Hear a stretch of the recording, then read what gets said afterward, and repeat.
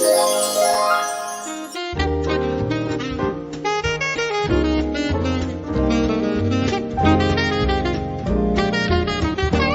dia, Portugal!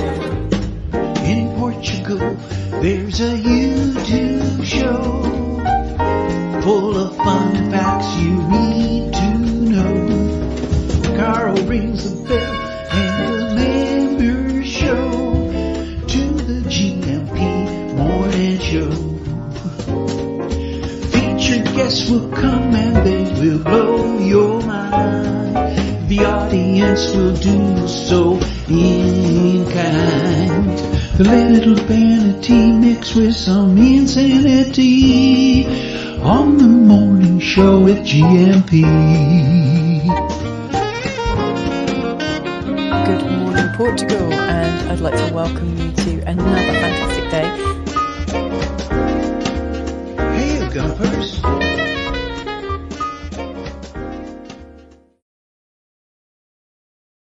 Hola, bon dia, alegria. Munson here with the Good Morning Portugal show, live stream and the podcast. How are you this morning? Tudo bem? Como estás? Do let me know in the chat. Send pictures and videos to 913-590-303. Now, best laid plans and all of that. It's been an interesting day already. It's only 8:30, just after 8:30 here in Portugal. On a Wednesday morning, Wednesdays are Ask Anything About Portugal Day here on the Good Morning Portugal show. And quite unusually, I've been out and about this morning on a special mission, and I've been enjoying cafe life in Portugal. Before the show, normally I would maybe go to the market after the show and pop to a local cafe, and that's mid-morning.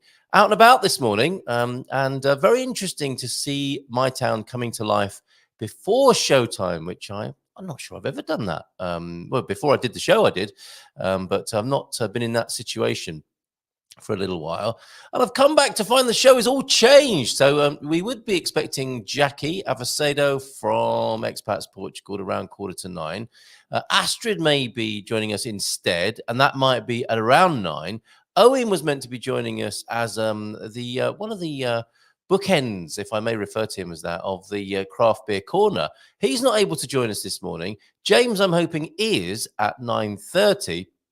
So yeah, I step out of the house and look what happens. So we shall see. I might need your help this morning. And I think probably we'll have a look at some of the English-speaking or English-written newspaper reporting here in Portugal with the upcoming election, because that's the impression I got, that things are hotting up. I've not sat in a cafe first thing in the morning as people are getting busy to go to work. My commute in the morning is from one side of the house to the other. The Good Morning Portugal studio is in a room in the house.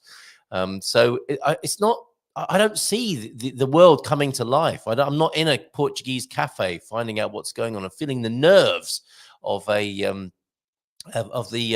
engine turning over and sparking up as another day starts in this society. And of course, the TV is on in the Portuguese cafe. World news, all very depressing stuff, of course. And then a bit of local domestic news is completely overshadowed and dominated, as you'd expect, by the upcoming election on Sunday, the 10th. So we'll have a look at that, and we'll get a sense of what's going on here in Portugal as best we can as a foreigner looking through that particular lens and through the lenses of the teams at the Portugal Resident and the Portugal News a little bit later on. But let's start the show as usual with a few hellos. Has anyone else had an unusual morning this morning? Pete's in João do Norte with... Pete, we need one of these from you. Bom dia, Portugal! You know what? Maybe I'll just keep playing that one until somebody else sends one in. Bom dia, Portugal! Great fun chatting with you last night, João do Norte, and yesterday morning, of course. I had a João do Norte sandwich yesterday. I was the sandwich filling in between two manful slices of João do Norte loaf yesterday. Excellent session on the Portugal Club. Good to see you there, Steve. And thank you for indulging me and having a little bit of a focus group premiere of the first full-length episode of The Englishman and the Irishman Walk Into a Bar in Portugal. Thank you very much for your feedback on that, and it will premiere on Saturday evening. So that's all lined up and ready to go. The first of our 3 First movies, the first one here in San Martino de Porto. We have further episodes to come from Tomar and Coimbra. Looking forward to sharing those with you as well. But the first one will be published. I think I'll have a little watch party on Saturday night for that. So that premiere on Saturday night. Be grateful if you want to join us with some popcorn and a glass of Portuguese booze of some kind. It'd be lovely to share that with you this coming Saturday evening. How are you this morning? Do let me know in the chat. We've got Michael Barton over there as well. And yes, Steve is here as well. Morning, Steve. And I love the TVs in cafes in Portugal. Feigning interest in the football is always a good distraction from my rather rudimentary Portuguese. Yes, that's good, isn't it? Undercover of feigned football interest. Well done, Pete. And Coach Turner here, of course, this morning. There is a T-duck-shaped hole, notably, this morning. Bon dia todos from the coach. Early start today as taking car to be serviced and a friend to look for a new car. What? As his old one was written off when parked outside his house. I'll catch up later. That's awful, isn't it, when something like that happens? Now, I'm just reminded, I don't know why. Would I be right in thinking you might be a Pink Floyd fan there, Coach Turner? Now, let me just take your comment off the screen before we go into your God Squad tip of the day. This is the meme. Remember that first time listening to Dark Side of the Moon? Actually, no. And we like these sort of memes, don't we, here, I think, among the Gumpers. I don't remember listening to that for the first time. And you know what? I've got a confession to make in much the same way that I've never really concentrated or watched the first Star Wars movie all the way through, seen Game of Thrones or The Hunger Games or anything like that. Tend to be quite late to these sort of parties. Never listened to Dark Side of the Moon. I have emceed at a Pink Floyd tribute gig, which was amazing. It was in a grade 2 listed quad in Devon. And it was amazing when the lady starts. Is that the album where the lady starts singing in an operatic way towards the end of the track? And all the Floydians, if that's what you call yourselves, really enjoyed it. And it wasn't very rock and roll. At the end of that gig, they were a Dark Side of the Floyd or somebody like that. I can't remember there actually, because there are a few, aren't there, in the UK. And at the end of the gig, I thought these old rock and rollers might, need to be in darkened rooms with blue M&Ms and goodness knows what else in there. What would you like? What can I get you? Oh, I'd love a cup of tea. And they all had a nice cup of tea after their Pink Floyd tribute gig. And I've never heard that album or played it. So you might want to talk about other albums. Actually, I'm not that big on albums. I love singles. I love the best work of artists, which are the singles, of course. And so I don't remember the first time I listened to Dark Side of the Moon. I imagine some of you Gumpers here this morning may remember that moment. So let me know. And maybe you can tell me about other times when you've listened to notable albums. The sort of albums I'd have listened to the first time would be Michael Jackson's Off the Wall. I remember that. And I remember Kings of the Wild Frontier by Adam and the Ants and Madness's first album. It's kind of timing thing, isn't it, as well, the era that you were born into. Okay, so let's go back to that God Squad tip of the day then. Thank you, Coach, for this. A quote from Brazilian author Paulo Coelho. Oh, we're not into the God Squad just yet. One day you'll wake up and there won't be any more time to do the things you've always wanted. Do it now. That is sobering. Thank you for that at this febrile time in the world as well. That's certainly an impression I got being at the cafe today and listening to UK radio on the way back. God forgive me, LBC, listening to that. Nick Ferrari over there in the UK. And he had Matt Fry, who's a bit of a veteran broadcaster. They were talking about the upcoming American election. Looks like it is going to be Trump v. Biden, right, when it comes down to it. And Matt Fry was talking about how there are 50. He was talking about democracy generally. And they were very dismissive about the American election, quite snooty in that sort of British way, of course, looking across the pond. And Matt Fry said something quite disturbing, really. He said, there are 50 democratic elections. Is this the year of democracy? And of course, it's the 50th anniversary. Not only 50 elections going on around the world, or thereabouts, but the 50th anniversary of the Carnation Revolution, great moment for democracy in Europe, you would say, here in Portugal. But Matt Fry seemed to be saying, not that it's great that there are 50 there are 50 democratic elections going on around the world, but was this, with all of those democratic elections, like the end of democracy? I wonder what you think about that. Let me know in the chat and send me any messages, pictures and videos. You probably haven't got pictures and videos of your feelings about the democratic process. But maybe you have on 913-590-303. But that is great advice, is it not? Regardless of what goes on in the world of politics, which should really only be a tiny part of our lives. The fact that I'm talking about it and the fact that it dominates so much tells us something, does it not?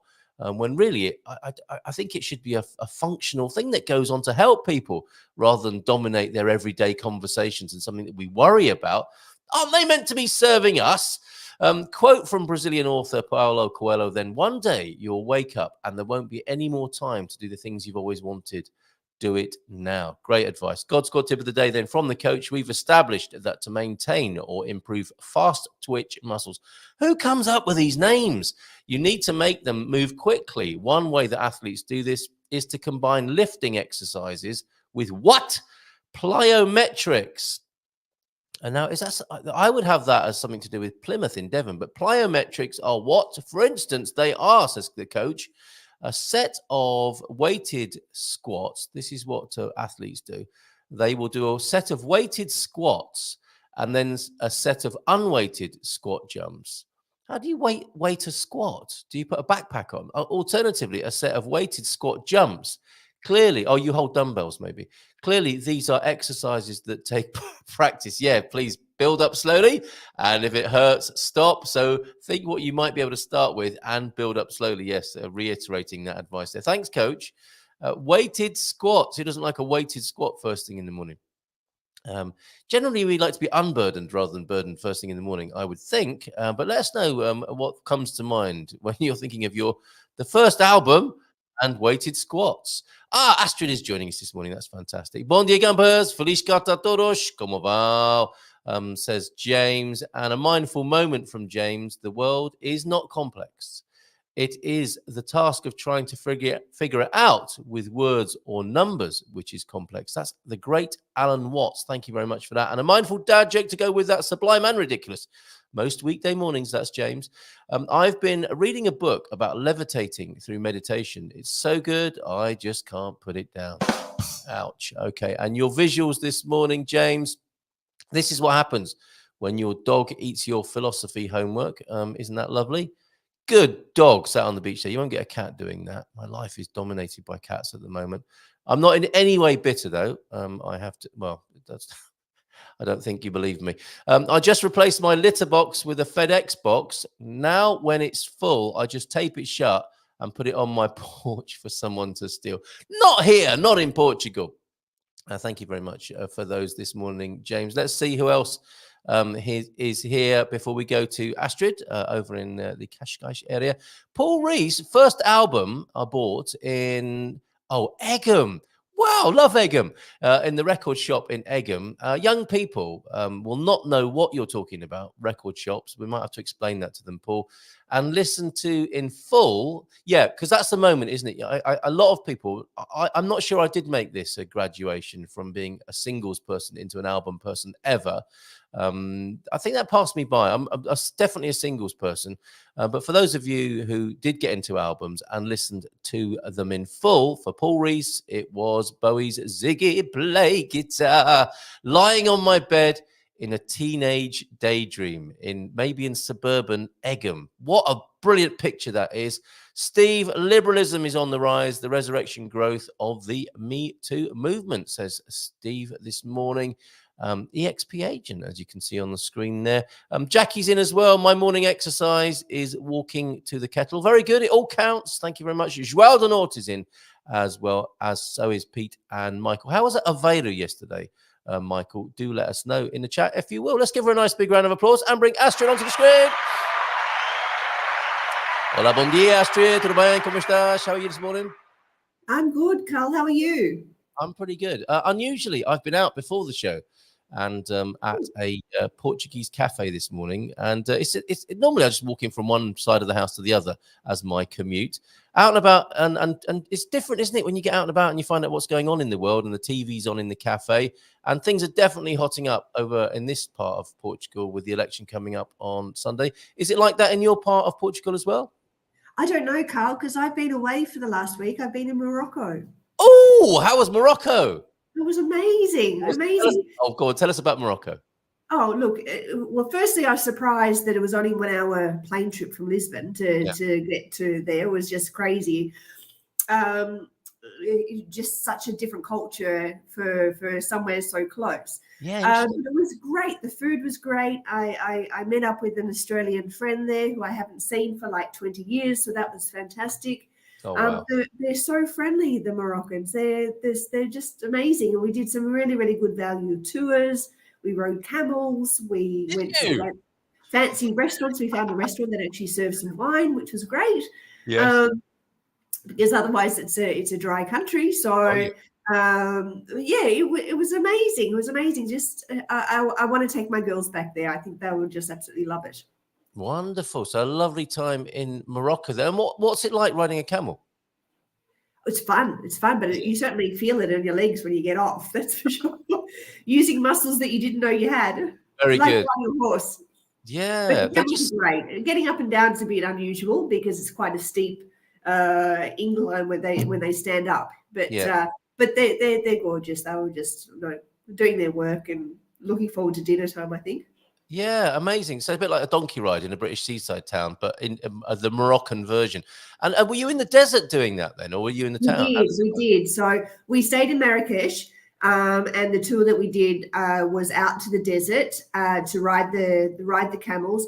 And then this particular tour we did, they did like a Moroccan performance with lots of drums and singing and around a huge big fire, and got everyone up sort of doing some moves. And in fact, I even jumped onto one of they had this drum that you drum with your feet.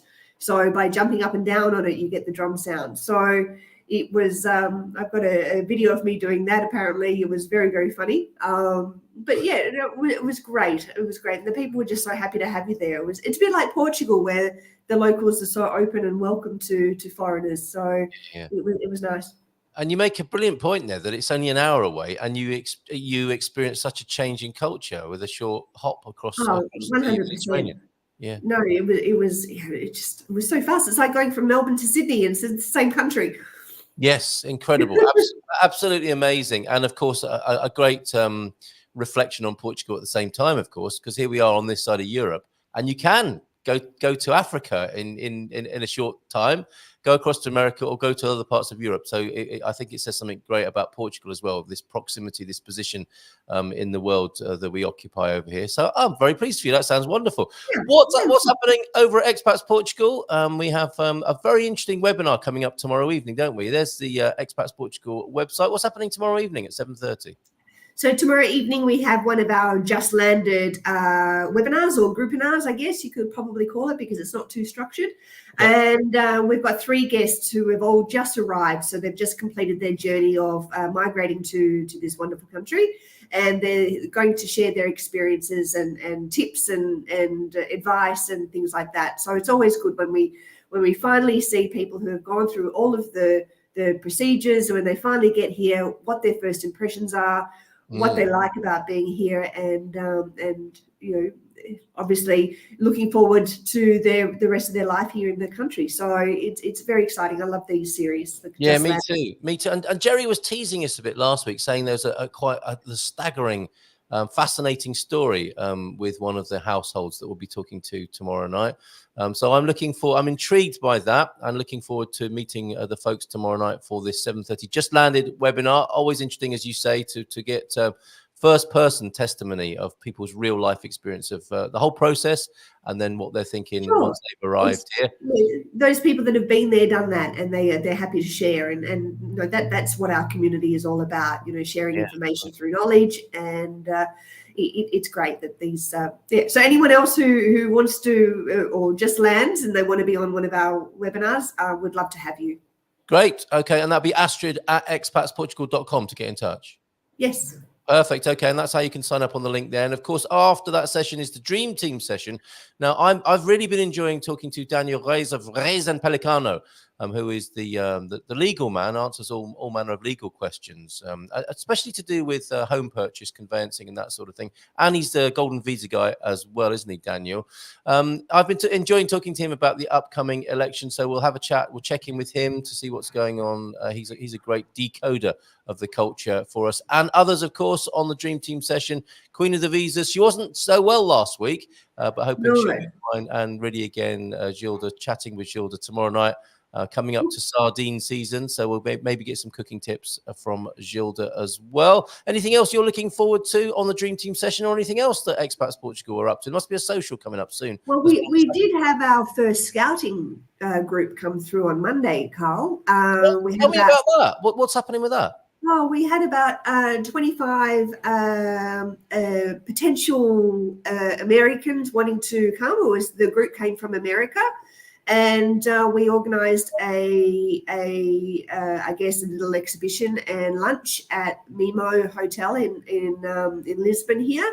Wow. And what an enthusiastic group of people. They're all very excited about the potential of moving to Portugal. Yeah. They were so hungry for the information that we shared, and it was great. So, we hope to do more of these in the near future. So watch this space.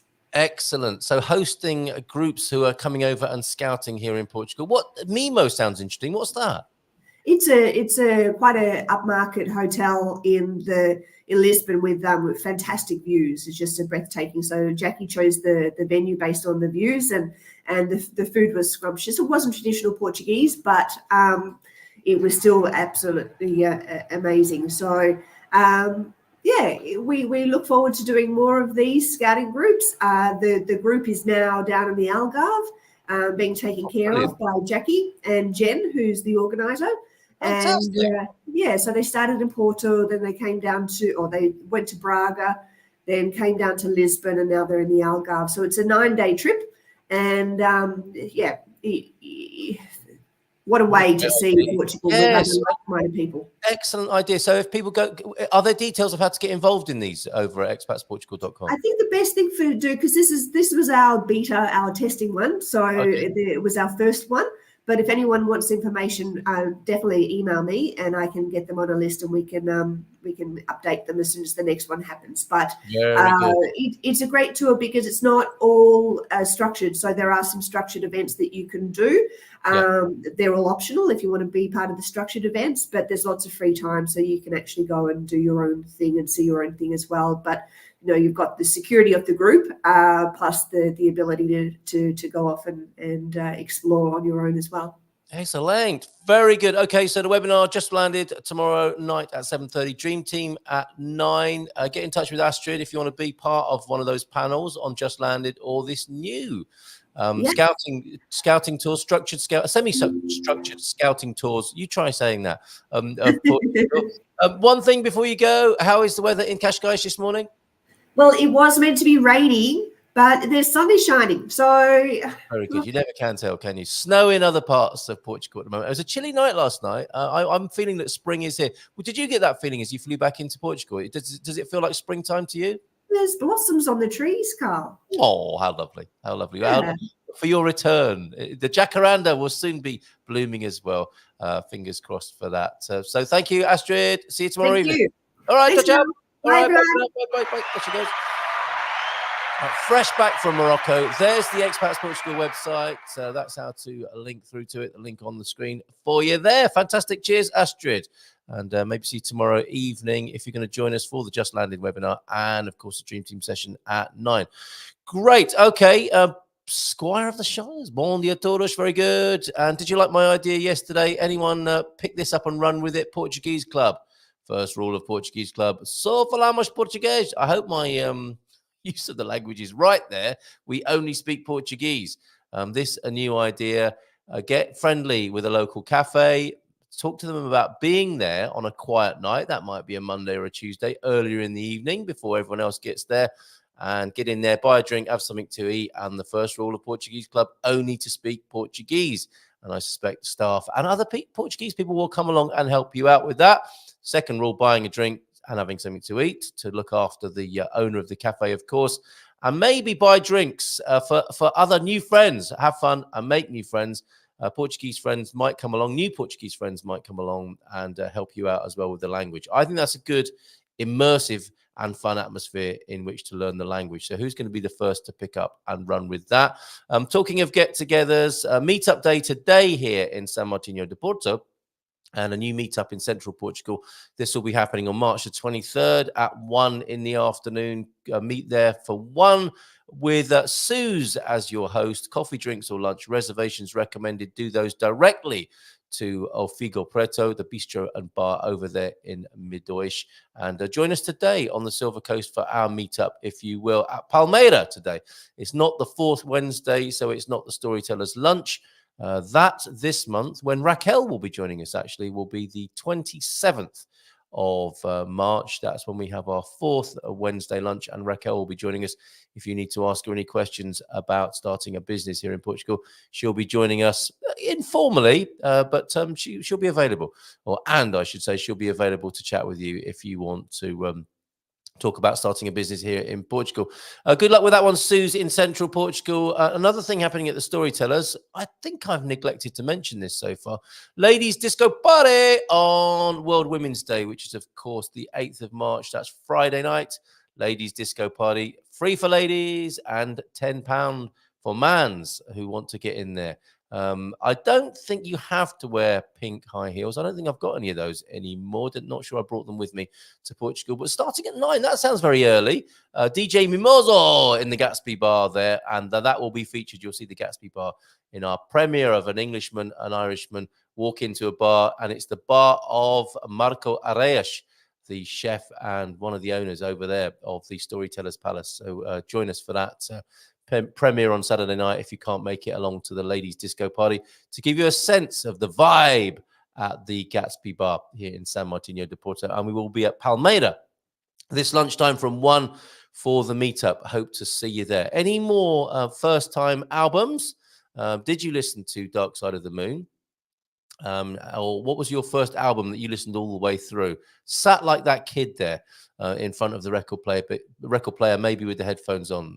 Perhaps you borrowed your parents' turntable, the dance set, or you had your own by that point. Do let us know in the chat. Let's see who's over there. I saw Squire of the Shires has popped in since we've started. João de Norte is off to the Posada Canisada Gerês today. It looks amazing. And you did send me some photos, didn't you? We didn't get around to talking about your travels inside Portugal. We talked about your European tour, didn't we, yesterday, upcoming João de Norte. And you did send me some pictures which we didn't get around to showing. So I will share those on the screen. Oh, Cordelia. I'm talking to Cordelia Blake, who will be joining us on the show tomorrow. Unfortunately, Ali Sheldrake had a trip over, a fall like me a few days ago, and she's hurt herself, so she'll not be able to join us tomorrow to I think I'll preview Snapshot alone, sadly, without Ali, and we'll have Fabrizio. We might have Ian, but we'll have Fabrizio tomorrow, Thursday, and Cordelia Blake will be joining us, who has a very interesting podcast, and she is part of the highscoresstrategy.com team. And she'll be joining us to tell us about her podcast here in Portugal. And I found out about what she does through the Business Owners WhatsApp that we've started. And a few people telling us about their businesses over there. Keep them coming, Lisa. And I'm hoping to get a few of these people on the show. It's funny, talking to Steve last night about it, you start WhatsApp groups with the best of intentions and no good deed goes unpunished. The road to hell is paved with good intentions. And you say, okay, here's a chance for you to promote yourself. Tumbleweed, until I gave him another prompt. And here we have a few business previews then, people who started businesses who you might like to support here in Portugal. Lisa works in real estate, or Lisa, L-E-E-S-A, and she is with Kaya Properties, the Kaya Properties Group in Portugal. I have a team throughout Portugal and can help clients in 24 countries, also helping people expand their businesses if they're interested in taking their real estate business global. That's Lisa. Cordelia, who'll be joining us tomorrow. We provide business valuation and growth consulting services. We also do a show called Global Professionals in Portugal. She'll tell us about that tomorrow. It's about and for owners, founders, execs, and team members who are from somewhere else in the world and work in Portugal. please subscribe and check it out. So you'll be able to find out how to do that tomorrow. Raquel, of course, a core part of our team here, is an attorney specialized in business incorporation, freelancing, business brokerage, business consulting, and then has a real estate license, so she can help with any contract reviewing as well. That's Raquel at Lighthouse. And finally, Kit, and this is a nice one, from Kit Jennings, who you can meet at the meetup occasionally here in San Martino de Porto, who says, I have something different to add to the mix. I provide photography services, especially environmental portraits and real estate photography. Nice connection there with Raquel and Lisa, meaning portrait photos that show a person in their context, such as their job or favorite pastime. That'd be a nice little Christmas or birthday gift, wouldn't it? A portrait of somebody. Ideal for business owners, says Kit, as well as for personal use. Real estate speaks for itself, but we all know the difference between quality images when... Yes, I've got one to show you in just a minute, Kit. When showing property to prospective clients, happy to meet you all. See examples at kitandsamphotography.com. Now, Sam is the adult ballet class leader. I've got my pink tutu back from the dry cleaners just yet, and I'm still tempted to go along to the adult ballet class. You were encouraging me to do so. With that, I think Michael Barton took a special interest in that, in his encouragement of having me going to the ballet class, if I remember correctly. This is you two on your little Aveiro day trip. It sounds like you had a fantastic time. Let's have a look at the photos. This looks like it might be Barra or Costa Nova or one of the beaches on the way over there from central Portugal. There you are, the pair of you having a lovely time. The Atlantic, isn't it amazing? We've got a lot of it. I've got a lot of Atlantic frontage. And who doesn't like an Atlantic frontage first thing in the morning? Which beach is that, Michael, that you've ended up on there? I don't think that is as far north as Barra or Costa Nova there. Thank you very much for your pictures, which have come through on 913-590-303. You had a great time, but a short time. Karen had to work in the afternoon, sent you a picture via WhatsApp. Thank you. Just showed those. If you want to weight your squat, barbell across the shoulders can also work in weighting a squat. That could also go horribly wrong. Now, I saw an interesting meme.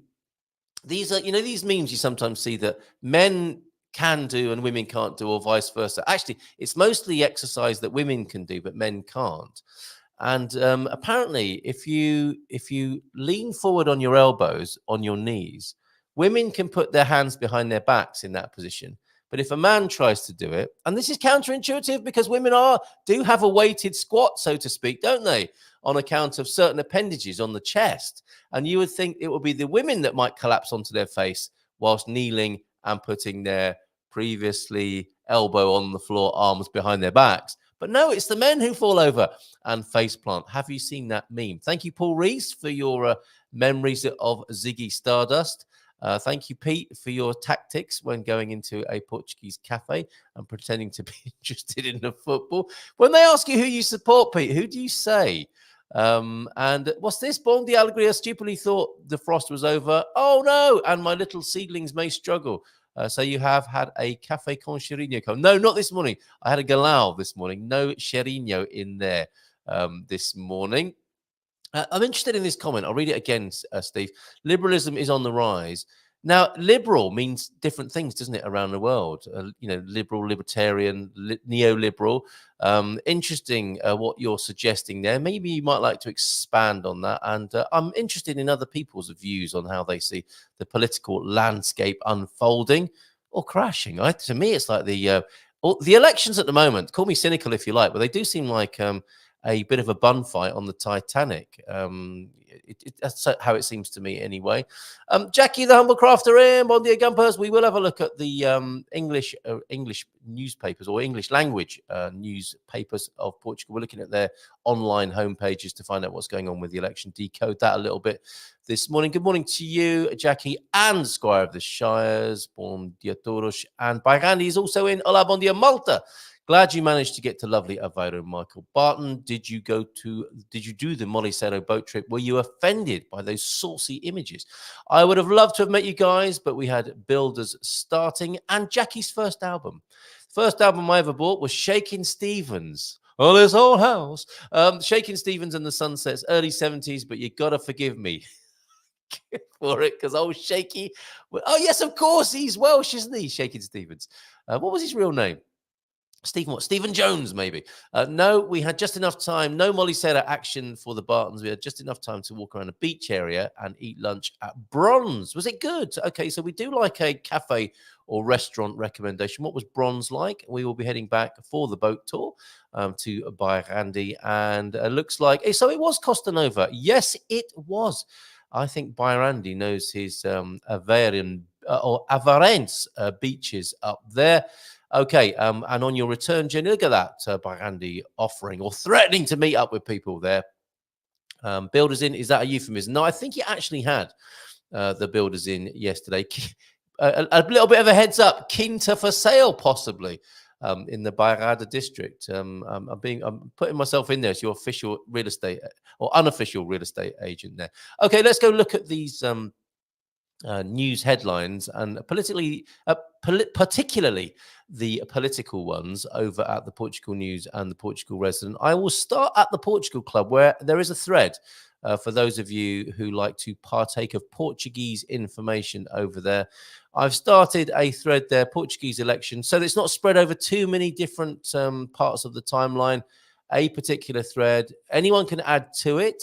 Go to gmpvip.com. And that's a great way of supporting the show as well, gmpvip.com. And that is my thread there for Portuguese election coverage, which I think we'll add to in just a moment. My video of the Chega campaigning van is there. Does that come up if I press that? It does, doesn't it? This is what happens.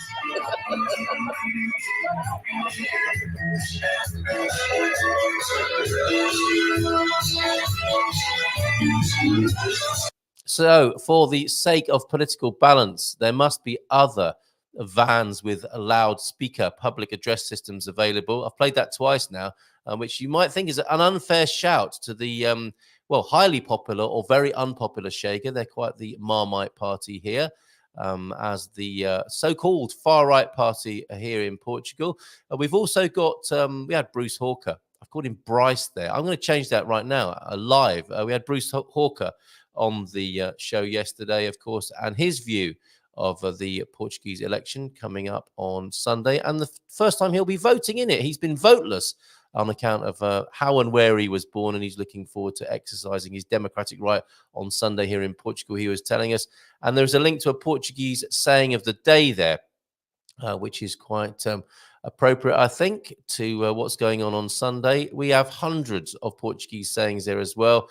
Apparently, dura a mentira enquanto não chega a verdade, lies last until the truth arrives. Will the Portuguese election be bringing truth? Is that what elections are about? I'm not sure. Bronze was excellent. We would highly recommend. So the cafe restaurant in Aveiro called Bronze is a recommendation there from the Bartons. And the Welsh Elvis, real name Michael Barrett. I love the fake lighters collection in our local cafe, which has Elvis Presley's lighters over there, and you're calling them fake. Okay, so you're calling the fake lighters fake news there by the look of it. Which particular local cafe? Which town is that? Where does Shakin' Stevens come from?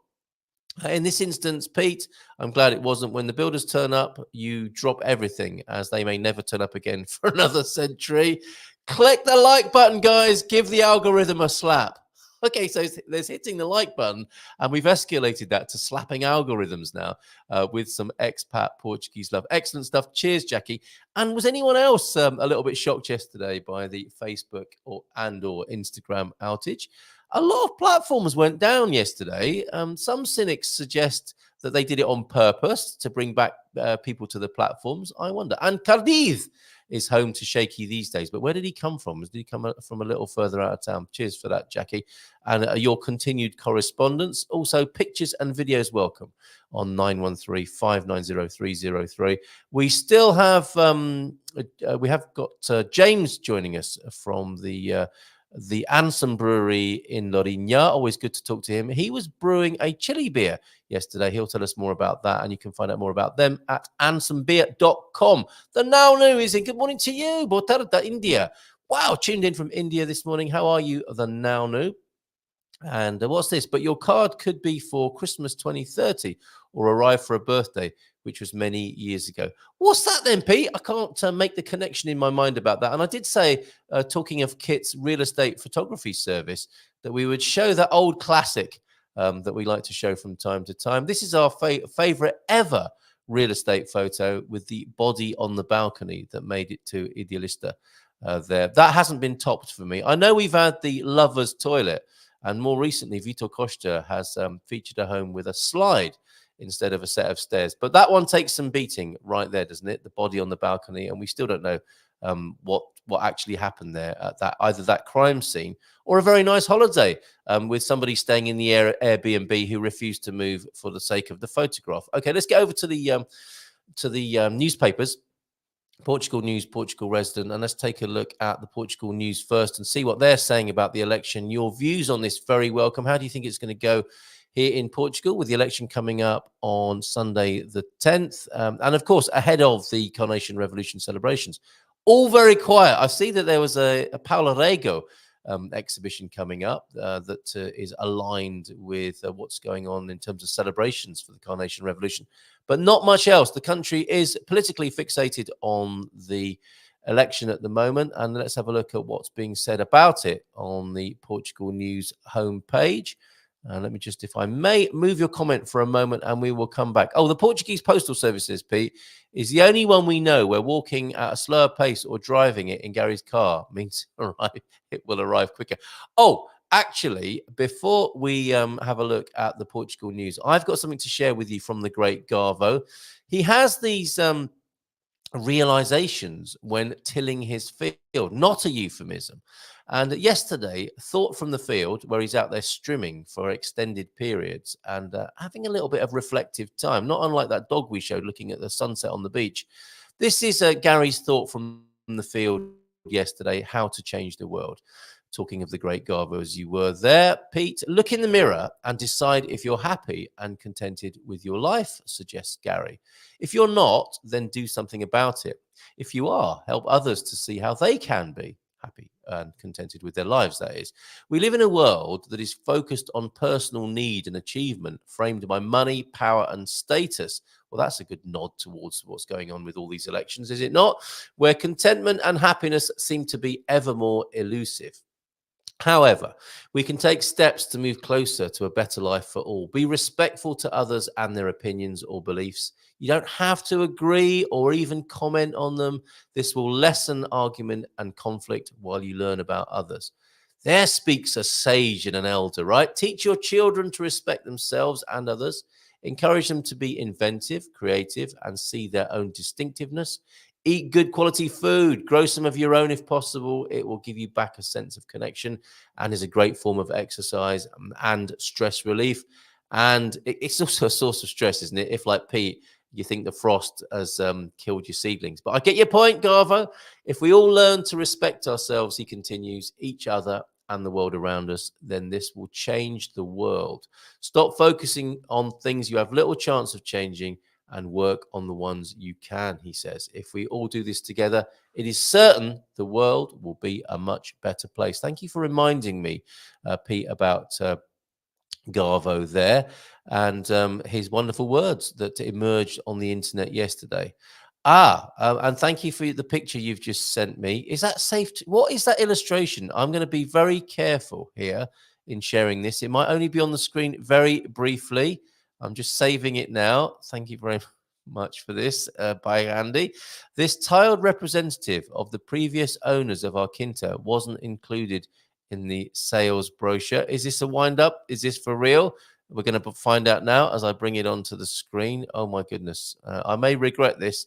That got your attention, didn't it? Let's have a look at this picture that's been sent in, talking of cracking real estate photography. The Adam and Eve depiction above the jacuzzi. Very nice. That, I mean, that when you look at that, that can only be Portugal. A candlestick by the bath there, so that you can have a little bit of candlelight above the bubble bath, twinkling on the bubble bath bubbles as the Adam and Eve depiction of the previous owners look down upon you. Wonderful. Was that saved? It sounds like you may have tiled over it, but I'm hoping you did preserve it in, at least here in a photograph. Maybe you have maybe you chipped it off carefully and sold it on eBay. That's a beauty. That is a thing of beauty. That will be joining our collection. We did have a Facebook group for such things. Cheers back, Andy. Right, over on the Portugal News homepage then. Flood risk management. And look, why is it that supermarkets opening is news? Lidl opens new Algarve store. Whoa, what? Hold the front page. Wet weather warning. www.wet weather warning. Airport paint attack. I wonder what that's. Is that a Climaxo? Is that some environmentalist protestation there? UB40. Now that's an album I listened to. Was that Food for Thought? The first UB40 album. That had some great tracks on it, didn't it? With Ali Campbell's rather plaintive vocals on there. They're coming to Portugal.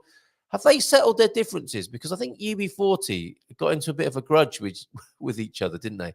I think Ali Campbell started, guess what he lent his name to as a little bit of an extension to his marketing capabilities. Well, of course, I think it was hopefully not a British red wine. I think it was a red wine that Ali Campbell was flogging for a little bit. But now they're back on the road. British band UB40, latest addition to the musical lineup for this year's edition of the OV Beja Fair.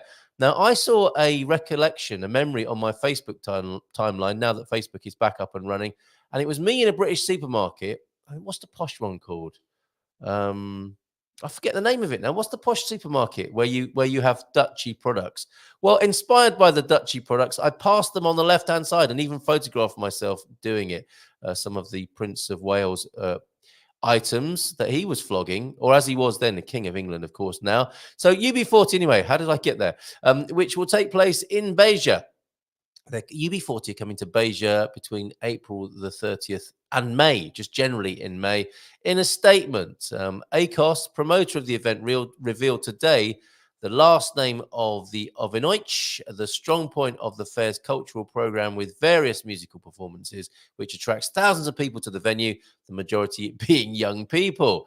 To see UB40, I think there's going to be a few old giffers there for that. In this 40th edition of the Ovi Beja Agricultural Fair, which will take place, as usual, in the Manuel de Castro y Brito Fairs and Exhibitions Park. My God, that's a mouthful. Who doesn't like? Visitors will be treated on the evening of the 3rd of May to the music of the legendary English band of reggae, UB40. UB40 is a band for social causes. That was always their thing, wasn't it? They good reggae tunes and with a bit of a social conscience in there. That's why they're called UB40, for example, which is named after a social security form in the United Kingdom, Unemployment Benefit 40. They sang about the issues of the time. Said the event's organisers, calling them a band for social causes, highlighting that the group formed in 1978 and continues today. What's this? To infect audiences that are impossible to categorize by age, ethnicity, or nationality. Very good. The group is the author of hits across several generations, such as the songs. They didn't write Red Wine, though. They didn't author that, did they? They made a reggae version of the Neil Diamond tune, Red Wine, I believe. Dance Until the Morning Light, Please Don't Make Me Cry, or Don't Break My Heart, among others. Those are not the UB40 tunes I remember. King is one I remember, and Madame Medusa. Check out that first album of theirs, Talking As We Are, of first albums. In a year celebrating 40 editions, Ovi Beja celebrates with everyone and for everyone the music, voices and lyrics of an iconic band, which has established itself as an ambassador for great causes throughout its history, they highlighted. So there you go, UB40, and I will put the link to the website as we have a look. We're going to be looking at politics. Well, we did in a way there with UB40, a political reggae band, of course. Waitrose, that's the name of the band. Thank you very much for that. Gav Williamson, good morning to you, Gav. Lovely to see you here. Dutchy products sold in Waitrose. Yes, I passed the Dutchy on the left-hand side. I made sure I did. I know that's not UB40. It's Musical Youth, also from Birmingham, I think. What's happening in Birmingham at the moment? I think that's where UB40 are from as well. Leela is here. Good morning, Portugal. Bom dia, Portugal. And, but not quite pink enough. And where are the initials of the previous owners in gold leaf?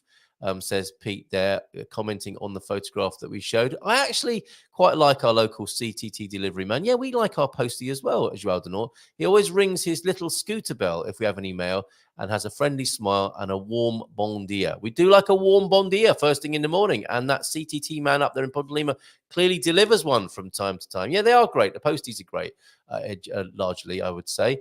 It's the general service that I think Peter is complaining about. UB40's best hit was I Am a 1 in 10, a number on a list. That's the tune from that album. Fantastic. And I read that UB40's name, that's right, was an unemployment form in England called the UB40. Absolutely right. Well done, James. Well remembered. What was your first full album that you listened to as you made the childish transition or childhood transition from singles to album? What was the first album you remember listening to and being quite moved by it? As Paul Rees clearly was by David Bowie. For real, they are. I honestly don't know why I did David Bowie in a Jimmy Savile accent. Forgive me, seriously. For real, they are the faces of the previous owners and still there. We need to look again at this, don't we? So there they are, the faces of the previous owners. That's a really good honouring of previous owners every time you're sat in the bath. You're looking at them naked. They're looking at you naked. I mean, talk about the hand of friendship, but maybe we should stop short at the hand of friendship when it comes to the previous owners being in the bathroom with you. Okay, where was I? UB40, still no nearer to some Portuguese political insight and what might be going on. So let's go back to the distracted by UB40 there on the Portugal News homepage. And the big news that there's a new Lidl opening up in the Algarve. Whoa!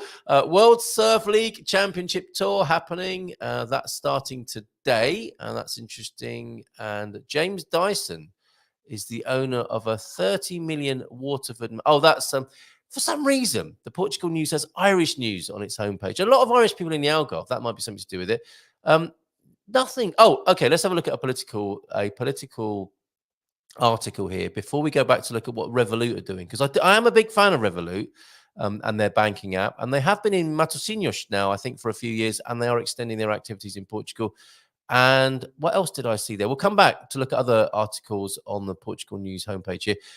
On the politics side, PS then and AD are neck and neck. The last week of the campaign for the legislative elections began this Monday, 4th of March. And I really did hear a news. It was Matt Fry, actually. I spoke about Matt Fry a little bit earlier on, and he talked about the Iranian erections, sadly.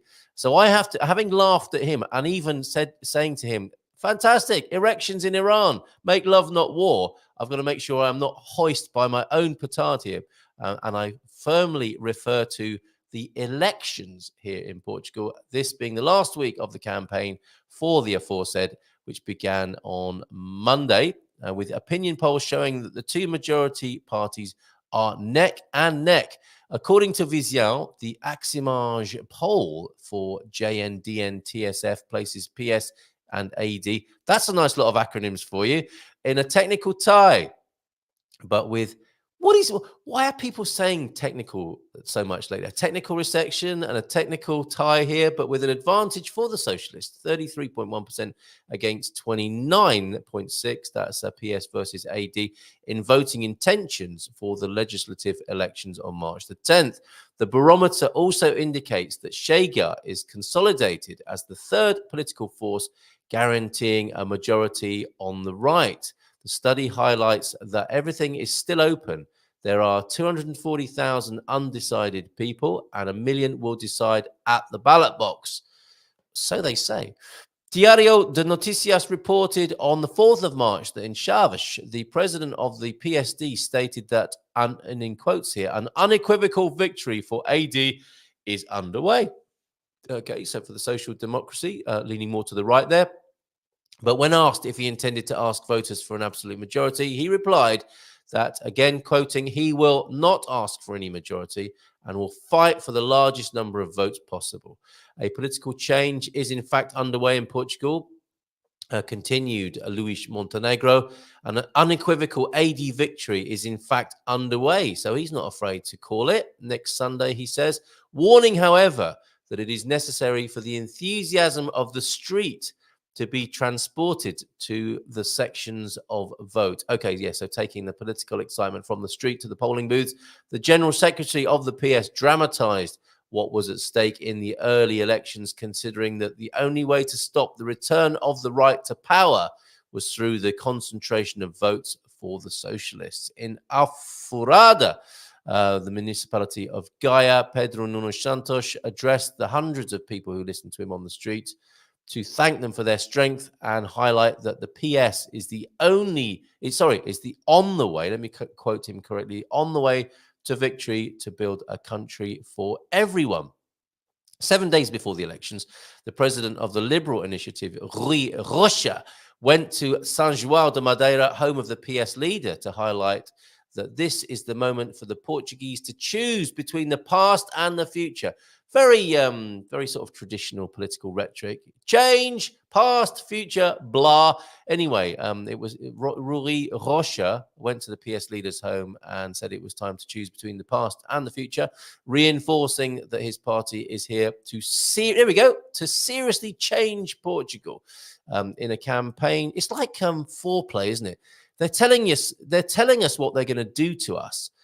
To get us excited. And we know, don't we, from our experience as mature human beings, that sometimes the sales is not quite as good as the reality, certainly when it comes to politics and in many other areas of life.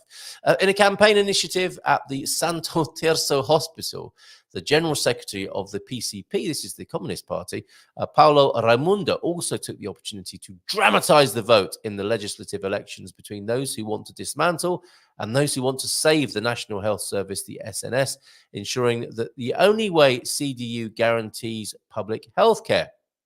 Entering the final stretch of the campaign, who doesn't like a final stretch? First thing in the morning, Livre's spokesman Rui Tavares called for cold blood. What?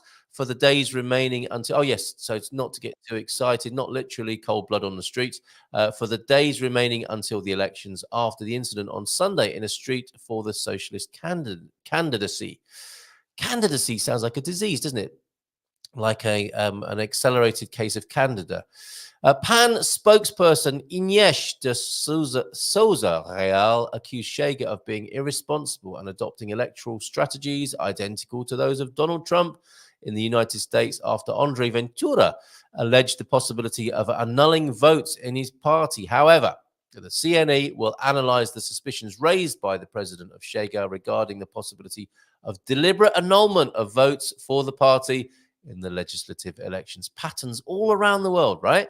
We will analyze this matter, and then, depending on the available information and the facts we have, we will consider opening an investigation, in brackets, but it has not yet been assessed. The CNE, I guess that's the Electoral Commission of Portugal. The spokesman for that organization, Fernando Anastasio, told the Lusa news agency. And then, just in conclusion here, or is it? Maybe there's loads more. No, okay, no comments. It looks like the Portugal News have closed comments at this pre-election time. James from the Andsome Brewery joining us soon. Just going to finish off then. We might return to this after we've had a chat with James this morning. According to Lusa, the Prime Minister and former General Secretary of the PS, Antonio Costa, will attend the socialist rally in the Aula Magna in Lisbon tonight. And this was reported, let me have a look. This was just 14 hours ago, so he will have already done that. That's Antonio Costa, and but without speaking. Okay, so he's just keeping a low profile after his recent resignation, which sparked all of this. And at the rally last night, in addition to the closing ceremony by the leader of the PS, Pedro Nuno Santos, excuse me a moment. I'm be glad when James gets here. I'll have a sip of water. The head of the socialist list for the Lisbon Circle, Minister Mariana Vieira da Silva, and the Secretary General of the JS, Miguel Costa, will be speakers at that PS conference last night. 18 political forces, 15 parties, and 3 coalitions are competing in these elections. Well, that's nice and complicated, isn't it, for us foreigners? And I will do my best as the week unfolds to bring you more that might decode that, and we'll have a look. As I say, when we've had a chat with James, because there's some interesting stuff over on the Portugal Resident homepage, including immigrants protesting outside the asylum agency. That'll be IMA in Portimão, interestingly referring to IMA as the asylum agency there, formerly CEF, of course. And there was some great Natasha Don reporting about the election too. More than 60% of Portuguese tend not to trust Parliament. One of her pieces there, and the president appealing to citizens to use their right to vote. So we may have a look at that. Until then, let's take that off the screen, the political news there, and welcome to the stage, James from the Andsome Brewery in Lourinhã. Hola, bom dia, tudo bem? How are you, James? Very well, Carl. How are you? It's a beautiful sunny morning here in Lourinhã. A little bit chilly, but the sun is out. Oh, I'm so glad to hear that. I was talking to Astrid, who was on a bit earlier on. It does feel like spring is finally here in Portugal, right? Oh, it does. Thank goodness. It feels like it's been a long winter this winter. I'm happy to take any sunshine. It does. Yeah, long and wet, it feels like to me. So glad to see this sunshine. However, a sunny day. Was it? I'm guessing it was a nice day in Lourinhã yesterday, but you were behind the scenes, were you, cleaning and brewing, I believe? This morning we are cleaning. It's my favourite day of the week, Carl. Cleaning. That's 90% of a brewer's job is cleaning. So, yeah, we look forward to it. I'm looking forward to getting into it with gusto. It sounds like one of those memes, doesn't it? You know, what people think I do and what I actually do. So what people think you do, I think, James, is drink beer all day, right? Tasting beer. I've got to taste it. I've got to test it. When in fact, what did you say? 90% of your life is just cleaning up and making sure you've got the perfect environment for brewing, by the sound of it. That's right. Yeast is a fickle thing. That sounds like an album from the 70s. Yeast is a fickle thing. Oh, sorry, carry on. It might well have been. It might well have been a very good album from the 70s. I'm not aware of it, but yes. No, it's not. It's a common misconception that we spend all our time drinking. There are some brewers who do drink a lot, but I find that that kind of affects the end product a little bit, or can do if you're not too careful with it. Of course, we have to test, Carl. Of course, we have to test. Yes, and yes. Those times can be a little bit tricky in the morning if you're feeling a bit delicate. But yeah, I try to keep it in balance. Yes. Oh, very good, very good. Yeah, because my mum and dad owned a pub for a little while, and I learned at that age, you know, when I was a youngster, I think I was around 10 or something like that. That there are definitely, I could see from my mother and father's contemporaries that there are those occasional drinkers who own pubs, and then there are some serious boozers who own pubs as well, aren't there? They're sort of stereotypical landlords.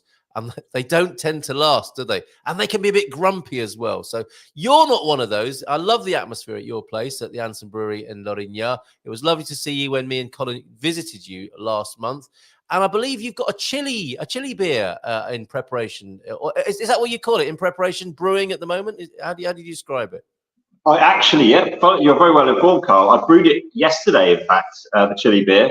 It was scheduled to be brewed earlier, but we've had such a run at the moment on other beers. We have the surfing competition that's just started in Peniche this morning, and I've been told from all of our wholesalers in Balliol and Peniche that they are fully booked. It's like August for them at the moment. There's people everywhere, so they are desperately clambering for beer to serve. So we've been I've also been preparing for this craft beer festival coming up next weekend in Lourinhã. So it's been very, very busy on the brewing side of things. That's wonderful. And thank you for the plug there at Expo Est. That's the convention centre in Lourinhã. That's a big beer festival for this part of the country, if not for the whole country. It is. I believe it's the first one in Caldas, actually in Caldas proper. We had kind of like a test one at the end of last year in which I saw you, but this one seems to me to be a lot bigger, a lot bigger event. Yeah, with a lot more breweries, a lot more brewers, more music, more food, more everything. I think more people. Okay, I had the impression it had been going for a little while. So this is a new thing, and so we'll invite people from all over the country to come to Lourinhã, and I will find. Do you know the date off the top of your head there? It's the Saturday and Sunday, the 16th and 17th of March. Oh, cool, excellent, fantastic. And how are you preparing for that then? What does it take? I mean, you're clearly busy cleaning and brewing, and it's important to get out and go to these events, but it must be quite an upheaval for you. How do you prepare, and what do you take along to such an event? That is the mystery, Carl. That is it. I mean, you really, as a brewer, you try and forecast demand, especially when it's fresh beer. You try to make enough, but not too much, especially this time of year. So we've been trying to concentrate on bringing a variety of beers, so we can chop and change. As one runs out, we can put a new one on. And I've been trying to get some experimental beers in the mix, as well as some aged beers. And so it's been a lot of planning to get to this point. So we have some aged stout with honey Jack Daniels, which I've been holding on to. A lot of people know I'm brewing it and it's ready, but I've been decided I'm not going to release it till the Calabash event. And also this chili beer that we're making as well. Hopefully that'll be ready in time, because that is really a good beer. It's very different. It sounds strange, but it kind of works. That sounds wonderful. So tell us again then, what can we expect? And I found it actually. I already I'd put it on Craft Beer Corner on our website, so I'll put that onto the screen for everybody so that they can see that. And as you say, there are bands and there's going to be food. It's going to be quite the event there. But just take us through those again. The beers that you're holding back and that will be ready for the 16th and 17th of March. There's definitely going to be an imperial stout, 12.5% imperial stout. That's been aged for 5 months in honey Jack Daniels. We have tried that before and it worked really, really well. But I mean, the thing about aged beers, especially aged with spirits, is that you're never 100% sure how it's going to come out. So I'm kind of interested. I've taken testers, as we talked about earlier, a few testers, and it looks good. It smells good. It looks good. I'm quite excited about it. The thing is, well, you really never know, though, do you? I mean, I guess a lot of this has to be left to the gods of brewing and nature. And as you said, yeast being a fickle thing, you never really know, do you? And you're working a lot on your intuition and experience. That's right. Yeah, but that's exactly it, Carl. I mean, you really don't know. You're right. You're working with a living organism, so temperature, everything can really, one small slip up here or there can make all the difference. So I've tried to be very, very careful, especially with this particular one, because it's one I like to hang my hat on as being a really, really good imperial stout. I hope so anyway. Very hopeful. I cannot wait. So there we go. Thank you for that reminder. We do have a section on our website here called Craft Beer Corner, and it features your wonderful, there's a little slideshow of your wonderful brewery and outlet there. Taproom. Is that the correct term? It's your taproom. It's interesting, yeah. I would call it a tap room, just because we brew on the premises. Everything's brewed here on the premises, and so the idea is that it comes straight out of the fermenter into the barrel, and then you can drink it straight away. It hasn't travelled anywhere. But interestingly, the Portuguese don't seem to have a word. If anybody knows, then please send us a message.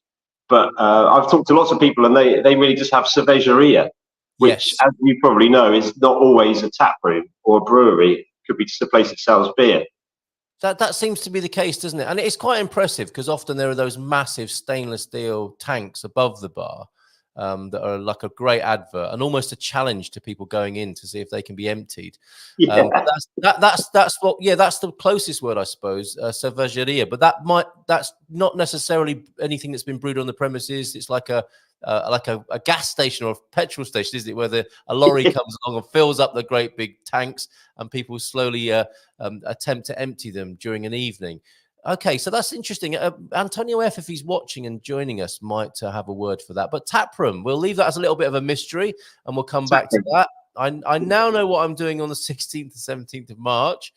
And on Saturday, Osmosis, the Jaya Trio, and Braza Duo will be there. Branny, he's fantastic. Branny's wonderful. We featured his music on the show here. The Four Horsemen, of course, and the Bombos, and Nelson Rodriguez is a bit of a local legend here. And on the Sunday, Modest Midas. Of course, that's Jessica Martins, I think, isn't it? Escola de Concertinas, de Graciera, Rubin Kazin, the Silver Coast Blues Band, Cauda de Tesura, and the Vintage Vinyls will be playing. So who's coming along to that? Let us know. Now, you mentioned as well, and we'll bring this onto the screen, the World Surf League Championships, because you know a thing or two about surfing as well, don't you? You're involved in that world too. We were, yeah. Before we started brewing, we were very heavily involved in the surf industry. We ran a surfing publication which tested surf equipment all over the world and wrote reviews on it. So we were sent equipment.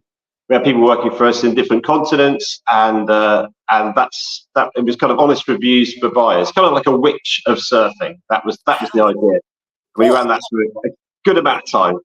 Do you only do fun things? I mean, you're brewing beer now, and you were in surfing before. I mean, these are great lifestyle choices, James.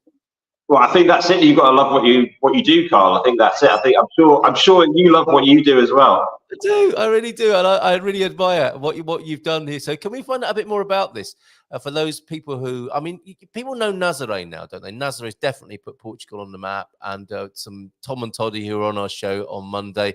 They watched the movie coming over about the big waves in Nazaré, but it's not all for the surfing. People in the know in the surfing world, it's not all about Nazaré, is it? This, for example, the World Surf League Championships that you mentioned, this is in Peniche and Baleal.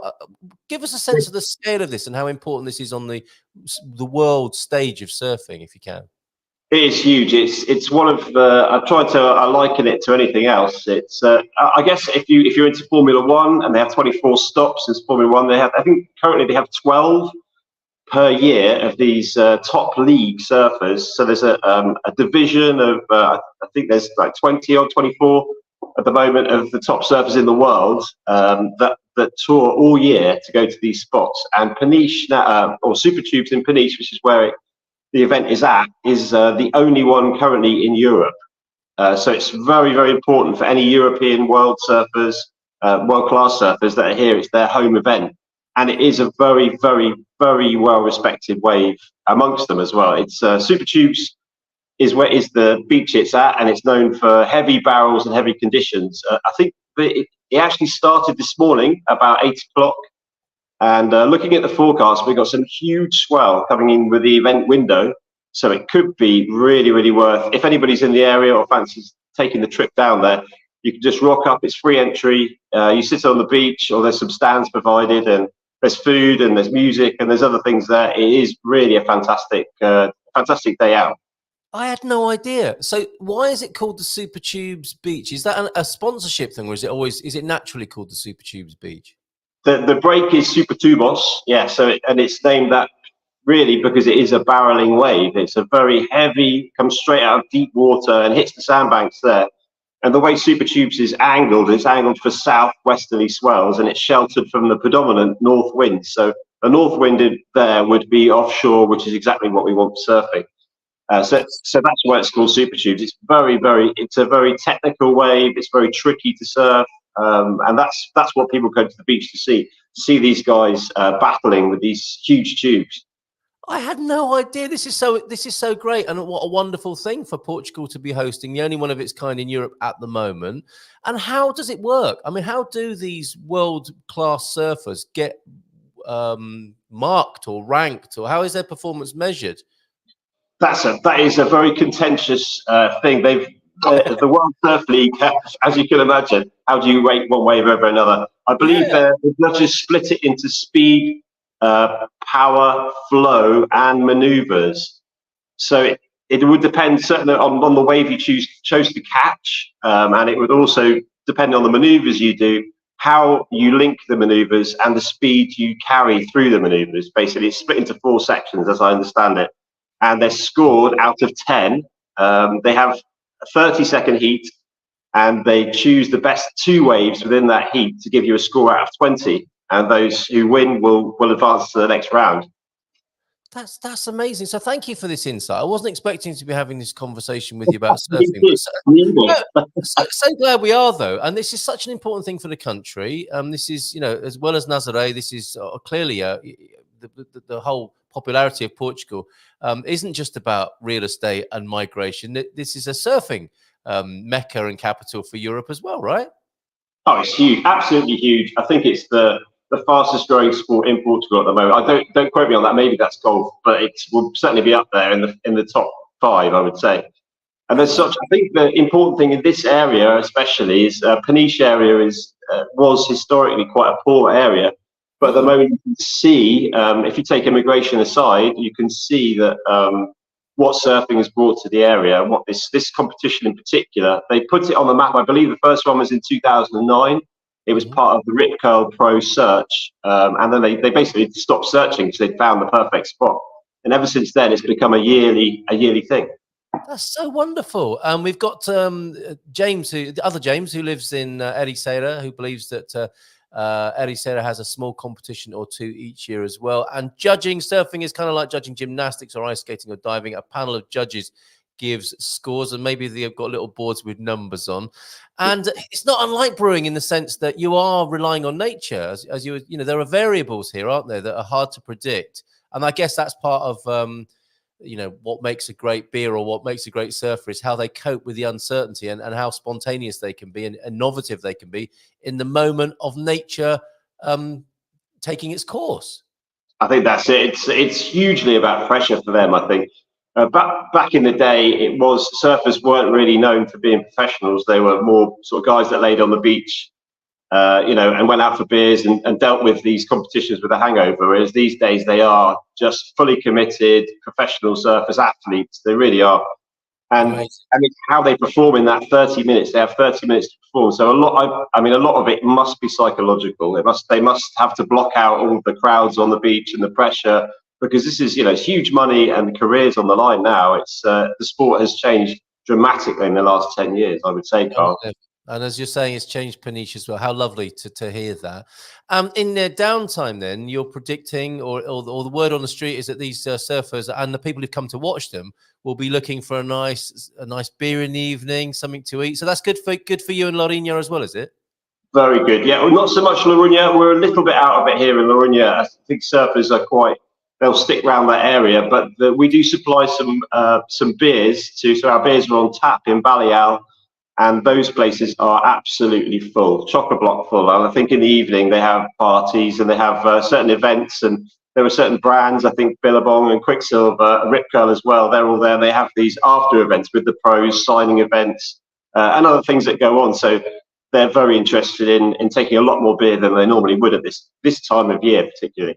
Excellent. Okay, before you go then, I'd like to find out from you what else might be happening for the rest of the year. So you're brewing for Caldas. That's the 16th and 17th of this month. We hope to see a few gumpers there. Is there anything else you're getting ready for the rest of the year around Portugal for Craft Beer Corner? Yeah, there's so many things that are coming up. We have the 50th anniversary of the Revolution, the Independence Day. I think, is it the 25th of April? 25th of April, yeah. 50th anniversary. So we are brewing. We've got permission to brew, and we're brewing a double Irish red for that to signify the poppy. So that will be a limited series beer, just produced in a bottle. It'll be on tap in the tap room for probably for a week or so, but then it'll be in a bottle after that. 9.2%, I think, in a big bottle, and it'll be all nice, wax sealed, and that'll be it. Just a limited run of those ones, just to celebrate that occasion. Very good. Glad to hear it. I do have some news of another couple of breweries that are local to us here. I don't know if you guys know. There is Cinque Mayo Tap Room in Ericeira, and Andsome Brewery in Colares are combining to make one brewery. I spoke to the boss last night, Tio, and he told me that Cinque Mayo are known for more malt-heavy forward beers like barley wines and double beers and things like that. And Hopsin are more known for their hop-forward beers, the more popular beers at the moment, IPAs, New England IPAs, hazy IPAs, and they are joining forces and bringing both different sides of the craft brewery into one house, which is really, really exciting. I can't wait. And they're both, I believe they're both going to be there at the Caldas Beer Festival as well. So if you go there, you can quiz them about it and stuff, because that project for me is super exciting. How wonderful. Bit of industry insider information there. Thank you, James, for bringing that. So you are our regular alongside Owen, who couldn't join us sadly this morning, but he'll be back next month. And looking forward to seeing you then as well with more industry insight. You've been a nice distraction for Bairandi this morning. In and out, he says, like a dog at a fair. Builders keep chipping the power out, and then he's distracted like Homer Simpson. Sweet beer. Hearing you talking about beer. So thank you very much, James. Look, just imagine the first Hawaiians on their wood carved board standing still while gliding in a wave with their eyes closed and feeling life. It almost makes me want to get on a surfboard. Do you still surf?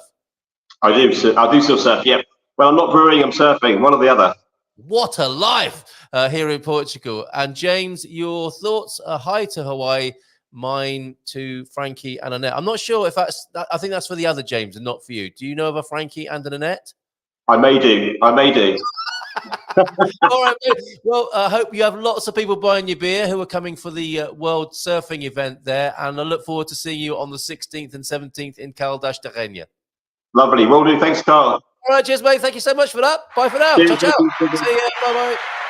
How amazing.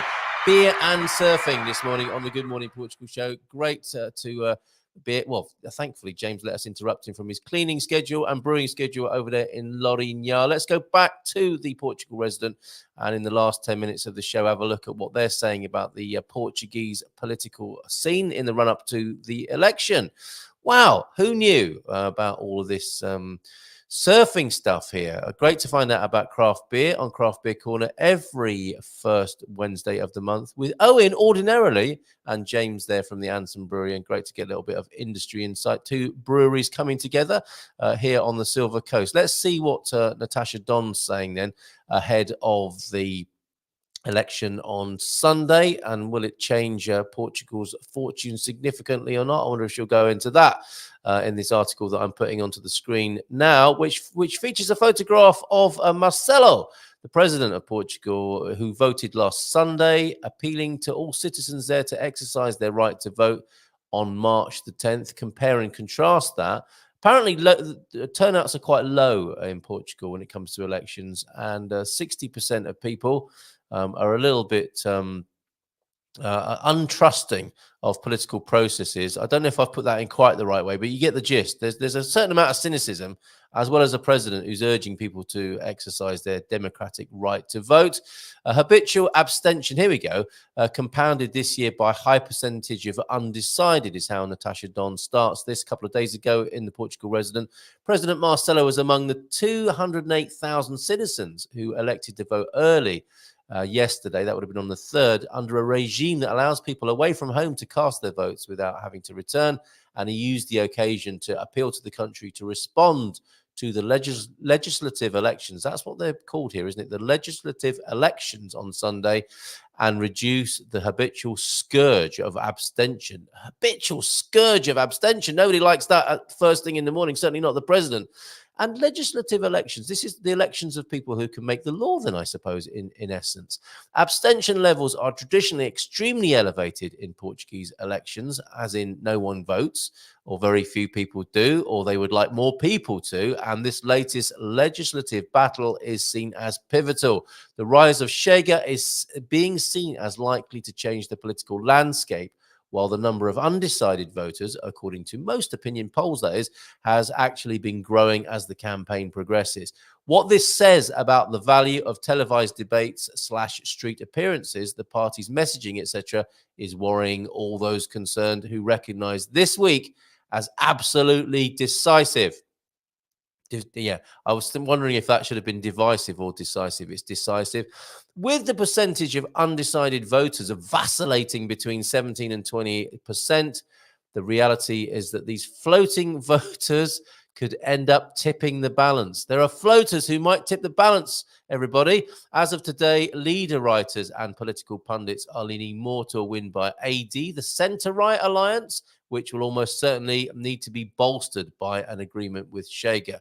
Now, they'll be very careful about what they'll be saying they'll be doing with Chega, right? And I think a lot of it is like, no, we won't work with those people. But when it comes down to getting a piece of the power and the levers of power, we'll see what happens there, won't we? Carlos Rodrigues, editorial director general of Correio da Manhã, suggests AD's campaign has been, up until now, much better organized than that of its main rival, the PS.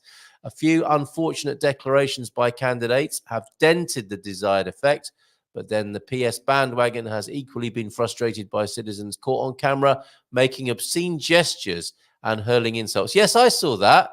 That was a politician, was it, from his balcony, and those gestures, honestly. And Zé Pavinha would have been proud of him. And the increasingly alarmist declarations of its leader, Pedro Nuno Santos, who talks of the right, lumping centre-right and right-wing parties PSD, CDS-PP, Iniciativa Liberal and Chega together as if they personified the four horsemen of the apocalypse.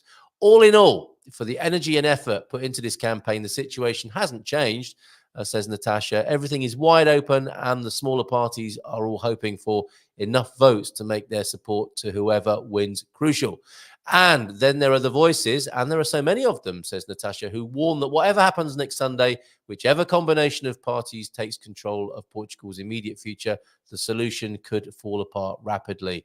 Writing under the headline, Prognostics Only After March the 10th, Armando Esteves Pereira, deputy editorial director of the country's most widely read tabloid, stresses next Sunday, the party political system will suffer a seismic shock. Whoa, we just don't know the size, which will depend whether Chega receives a lot below the 20%, tipped in some polls, or if it gets close to that marker. So Chega support, it seems all important, the amount thereof, and whether people do decide to vote for Chega or make a last-minute plot twist, a last-minute polling plot twist or political plot twist. With so many undecided voters, it is a risk to make predictions before knowing the results. Well, that's how predictions work, actually, isn't it? Because it's like a prediction before knowing the result. But anyway, the only certainty is that Andre Ventura's party, that is Chega, will make gains which will complicate the scenarios for forming a government if neither the Democratic Alliance with Iniciativa Liberal or PS with the rest of the left muster an absolute majority in Parliament. So I wonder, Andre Ventura is probably feeling quite powerful and pivotal at the moment, given that he can swing things with the way that the majority might work here in the Portuguese Parliament. Last paragraph then from Natasha. Add to this the curveball that more than 60% of citizens in Portugal tend not to trust Parliament. That's the figure, isn't it? And that's how she put it. 60% of citizens in Portugal tend not to trust Parliament, a number above the European average, which is 56%. That is so dismal, isn't it? The European average for trust in Parliament is 56%. Talk about, the political stump is all about change, isn't it? Left, right, change. What do we want? Change. When do we want it now? And that against the backdrop, folks, of 56% trust in, or tending not to trust Parliament.